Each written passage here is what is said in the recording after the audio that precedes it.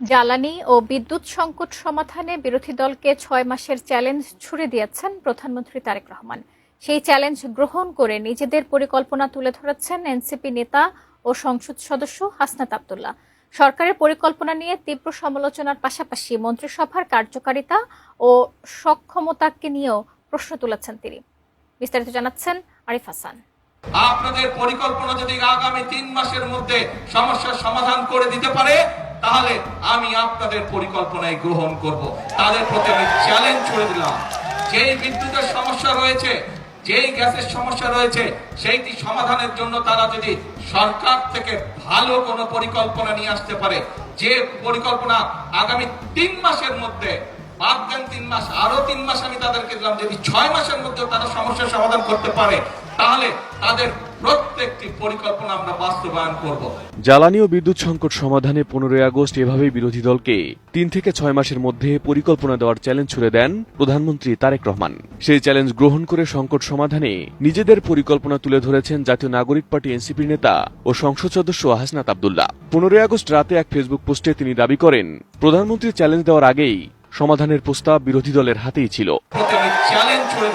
হাসনাত বলেন, এনসিপির আহ্বায়ক, সংসদ সদস্য ও বিরোধী দলীয় চিফ হুইপ নাহিদ ইসলাম স্বল্পমেয়াদে ৩০ দিন, মধ্যমেয়াদে ৬ থেকে ১৮ মাস এবং দীর্ঘমেয়াদী পরিকল্পনায় মোট ১৫ দফা সুনির্দিষ্ট প্রস্তাব দিয়েছেন।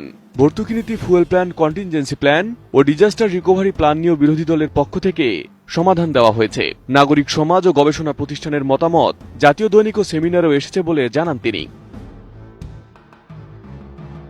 ওই পোস্টে সরকারের বিশাল মন্ত্রিসভা উপদেষ্টা পরিষদ থাকার পরও এসব তথ্য প্রধানমন্ত্রীর কাছে না পৌঁছানোকে লজ্জাজনক বলেও মন্তব্য করেন হাসনাত। মন্ত্রী, প্রতিমন্ত্রী, উপদেষ্টা ও বিশেষ সহকারী মিলিয়ে ৬২ সদস্যের টিমের কার্যকারিতা, যোগ্যতা ও আন্তরিকতা নিয়েও প্রশ্ন তোলেন তিনি। হাসনাতের অভিযোগ, ৬ মাসে প্রশাসনে ব্যাপক দলীয় পদায়নের কারণে ইনস্টিটিউশনাল মেমোরি নষ্ট হয়েছে, ফলে নেই ফুয়েল, কন্টিনজেন্সি ও ডিজাস্টার রিকভারি প্ল্যান। তার দাবি, ভর্তুকি কাটা হয়েছে বিদ্যুৎ উৎপাদনের জায়গায়, অথচ ক্যাপাসিটি চার্জ অক্ষত রয়েছে।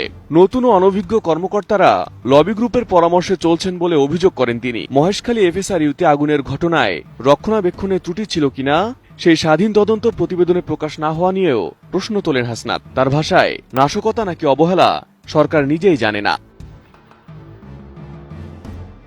ডলার ও বকেয়ার কারণে বিদ্যুৎ জ্বালানি কেনা যাচ্ছে না, সরকারের এই বক্তব্যের বিপরীতে মার্চেন্ট পাওয়ার পলিসি ২০২৫ বাস্তবায়নের দাবি জানান তিনি। তার প্রস্তাব অনুযায়ী বেসরকারি উৎপাদক সরাসরি বড় শিল্প গ্রাহকের কাছে বিদ্যুৎ বিক্রি করবে, দর ঠিক করবে দুই পক্ষ, বিআরইসি শুধু অবহিত থাকবে এবং উদ্ধৃত বিদ্যুৎ যাবে জাতীয় গ্রেডে। এতে রাষ্ট্রীয় কোষাগার থেকে ১ টাকাও লাগবে না। বাকি কাজ শুধু এসএলএ ফরম্যাট ও হুইলিং চার্জ চূড়ান্ত করা, যা কয়েক সপ্তাহের প্রশাসনিক কাজ বলেও দাবি করেন তিনি। মার্চেন্ট পাওয়ার পলিসি বাস্তবায়নে ৬ মাসের বেশি সময় লাগলে সেটিকে নীতিগত সমস্যা নয়, সরকারের সক্ষমতার ব্যর্থতা বলেও মন্তব্য করেন হাসনাত। একই সঙ্গে বিদ্যুৎ সংকট নিয়ে বিশেষ সংসদীয় অধিবেশন ডাকার আহ্বান জানান তিনি। হাসনাতের ভাষায়, প্রমাণিতভাবে ব্যর্থ মন্ত্রী, অযোগ্য লোক দিয়ে কৌশলগত খাতে পরীক্ষা নিরীক্ষাকে আই হ্যাভ এ প্ল্যান বলা যায় না, বরং সেটি আই হ্যাভ নো প্ল্যানের পরীক্ষা। তার প্রশ্ন, ৬ মাস ক্ষমতায় থাকার পরও দেশ কেন ইতিহাসের সর্বোচ্চ লোডশেডিং এর মুখে?